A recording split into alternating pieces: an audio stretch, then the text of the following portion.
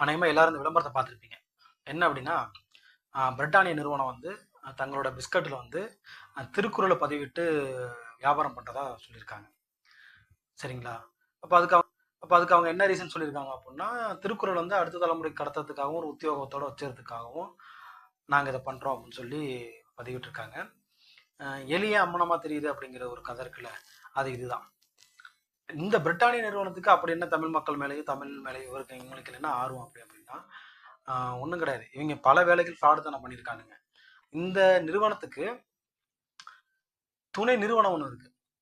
ஆமாங்க, இந்த நிறுவனம் துணை நிறுவனம் ஒன்று இருக்கு. அந்த துணை நிறுவனம் பார்த்தீங்கன்னா பிபிடிசி அப்படின்னு துணை நிறுவனம் இருக்குன்னு பார்த்தீங்க அப்படின்னா மாஞ்சோலையில் இருக்கு.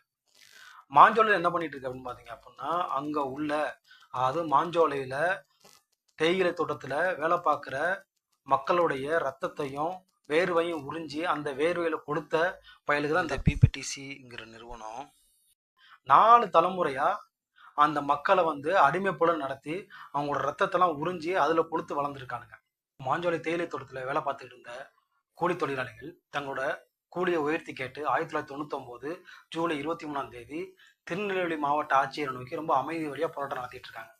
அப்படி அமைதி வழியாக போராட்டம் நடத்திக்கிட்டு இருந்த மக்களை இந்த பிபிடிசிங்கிற நிறுவனம் காவல்துறையை வைத்து அன்று படுகொலை செய்து கிட்டத்தட்ட 2 குழந்தைகள் 17 பேர் வந்து படுகொலை செய்யப்பட்டாங்க. அந்த மாதிரியான வரலாறு இந்த பிபிடிசி நிறுவனத்துடைய வரலாறு. இதுக்கு அன்றைக்கு இருந்த திமுக அரசு மிகப்பெரிய ஆதரவு கொடுத்து மக்களை கொன்னாங்க. அன்னைக்கு திமுக அரசு தான் இருந்துச்சு, திமுக அரசு கொன்னுச்சு.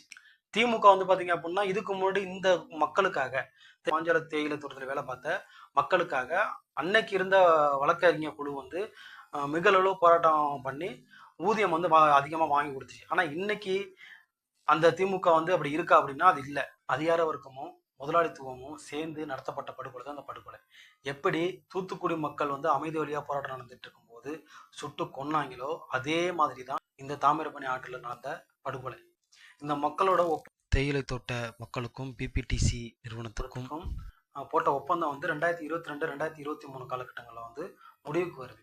இது முடிவுக்கு வரதுக்கு முன்னாடி என்ன நடக்குது அப்படின்னா, இந்த நிறுவனம் தோட்ட அதிகாரி ஒருத்தர் அனுப்பி எதுவுமே தெரியாத அந்த மக்கள்கிட்ட ஒரு படிவத்தை கொடுத்து நாங்களே வந்து வேலையை விட்டு போகிறோம் அப்படின்னு சொல்லி கையெழுத்து வாங்கிடுறாங்க. இப்படி கையெழுத்து வாங்கப்பட்டு இந்த கையெழுத்து எடுத்துகிட்டு போய் காமிச்சு இதேமாரி இவ்வளோ பேர் வேலை விட்டு போகிறாங்க, அதனால அந்த கம்பெனியை வந்து நாங்கள் மூடுறோம் அப்படின்னு சொல்லி அந்த மக்களுக்கு தர வேண்டிய நஷ்டஈடு எதுவுமே கொடுக்காம கம்பெனியை இழுத்து மூடுறாங்க. 1999 போராட்டம் நடந்த போது திமுக எப்படி இந்த முதலாளித்துவத்துக்கு பின்னாடி நின்றுச்சோ அதே போல தான் இப்போ நிற்குது. 2022 2023 இப்போ வந்து ரிட்டைர்மெண்ட்னு சொல்லி இந்த மாதிரி ஐயக்குத்தனம் பண்ணுறானுங்க.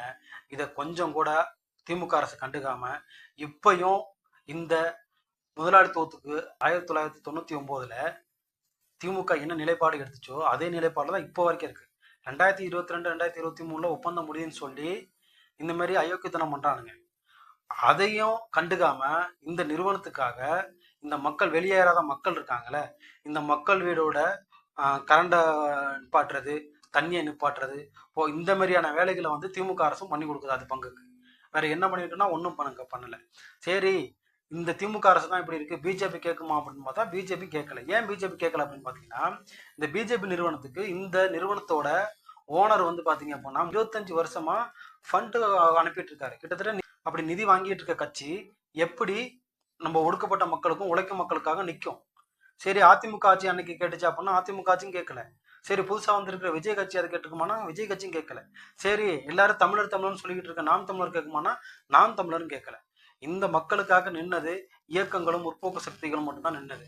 கிட்டத்தட்ட மே 17 இயக்கம் அங்கே போயிட்டு கலவை வேலை பார்த்துட்டு இந்த மக்களுக்காக என்ன தேவையோ அதுக்கான கோரிக்கையும் வச்சு பத்திரிகை நடத்தி போராட்டங்கள் நடத்திருக்காங்க. மக்களுக்காக இயக்கங்களும் முற்போக்கு சிந்தனைவாதிகளும் முற்போக்கு இயக்கங்களும் பல போராட்டங்கள் பண்ணியிருக்காங்க. மே 17 இயக்கமும் அதுக்கான முன்னெடுப்பு எடுத்திருக்குது.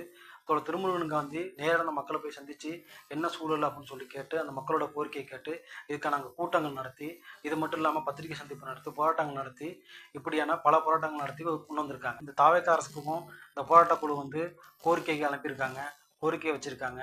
இது அதை எந்த அளவுக்கு எடுத்து தாவேக்க அரசு உண்ணாவிரதங்கிறது நமக்கு தெரியல, போக போக தான் தெரியும். விஜய் தலைமையிலான அந்த ஆட்சி வந்திருக்குது. இவங்களும் இந்த மக்களுக்காக கூட நிற்பாங்களா, இல்லை முதலாளி பக்கமா நின்று இந்த மக்களை கொண்டு கூப்பானாங்கிறது தெரியல. அது காலப்போக்கில் தான் நமக்கு தெரிய வரும். இந்த பிரிட்டானிய நிறுவனங்கிறது முழுக்க முழுக்க தமிழர்களுக்கு எதிரான ஒரு நிறுவனம்.